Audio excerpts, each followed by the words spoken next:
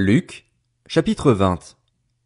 Un de ces jours-là, Jésus enseignait le peuple dans le temple et annonçait la bonne nouvelle. Les chefs des prêtres et les spécialistes de la loi, avec les anciens, survinrent alors et lui dirent: Dis-nous par quelle autorité tu fais ces choses, ou qui t'a donné cette autorité? Il leur répondit: Je vous poserai moi aussi une question. Dites-moi, le baptême de Jean venait-il du ciel ou des hommes? Mais ils raisonnèrent ainsi entre eux: Si nous répondons du ciel, il dira: Pourquoi n'avez-vous pas cru en lui? Et si nous répondons des hommes, tout le peuple nous lapidera, car il est persuadé que Jean était un prophète. Alors ils répondirent qu'ils ne savaient pas d'où il venait. Jésus leur dit: Moi non plus, je ne vous dirai pas par quelle autorité je fais ces choses. Il se mit ensuite à dire cette parabole au peuple. Un homme planta une vigne, la loua à des vignerons et quitta pour longtemps le pays. Le moment venu, il envoya un serviteur vers les vignerons pour qu'il lui donne sa part de récolte de la vigne. Mais les vignerons le battirent et le renvoyèrent les mains vides. Il envoya encore un autre serviteur. Ils le battirent lui aussi, l'insultèrent et le renvoyèrent les mains vides. Il en envoya encore un troisième, mais ils le blessèrent aussi et le chassèrent. Le maître de la vigne se dit alors: Que faire? J'enverrai mon fils bien-aimé. Peut-être en le voyant auront-ils du respect pour lui.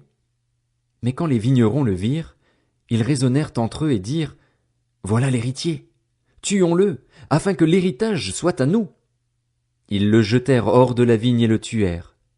Maintenant, que leur fera donc le maître de la vigne?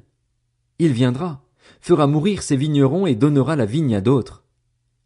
En entendant cela, ils dirent: Certainement pas. Mais Jésus jeta les regards sur eux et dit: Que signifie donc ce qui est écrit? La pierre qu'ont rejetée ceux qui construisaient est devenue la pierre angulaire. Toute personne qui tombera sur cette pierre s'y brisera, et celui sur qui elle tombera sera écrasé. Les chefs des prêtres et les spécialistes de la loi cherchèrent à l'arrêter au moment même, mais ils redoutaient les réactions du peuple. Ils avaient compris que c'était pour eux que Jésus avait dit cette parabole.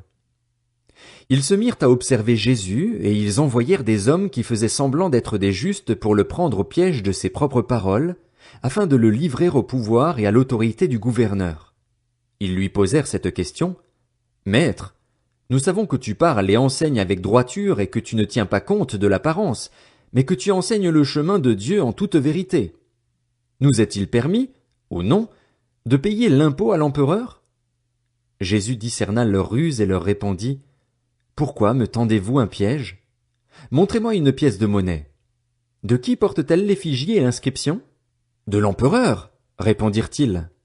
Alors il leur dit: Rendez donc à l'empereur ce qui est à l'empereur et à Dieu ce qui est à Dieu. Ils ne purent pas le prendre en défaut dans ce qu'il disait devant le peuple. Étonnés de sa réponse, ils gardèrent le silence. Quelques-uns des Sadducéens, qui disent qu'il n'y a pas de résurrection, s'approchèrent et posèrent à Jésus cette question. Maître, voici ce que Moïse nous a prescrit. Si un homme marié meurt sans avoir d'enfant, son frère épousera la veuve et donnera une descendance à son frère. Or, il y avait 7 frères. Le premier s'est marié et est mort sans enfant. Le deuxième a épousé la veuve et est mort sans enfant. Puis le troisième l'a épousée. Il en est allé de même pour les 7. Ils sont morts sans laisser d'enfant. Enfin, la femme est morte aussi. À la résurrection, duquel d'entre eux sera-t-elle donc la femme? En effet, les 7 l'ont eue pour épouse. Jésus leur répondit: Les hommes et les femmes de ce monde se marient, mais celles et ceux qui seront jugés dignes de prendre part au monde à venir et à la résurrection ne se marieront pas. Ils ne pourront pas non plus mourir, car ils seront semblables aux anges, et ils seront enfants de Dieu en tant qu'enfants de la résurrection.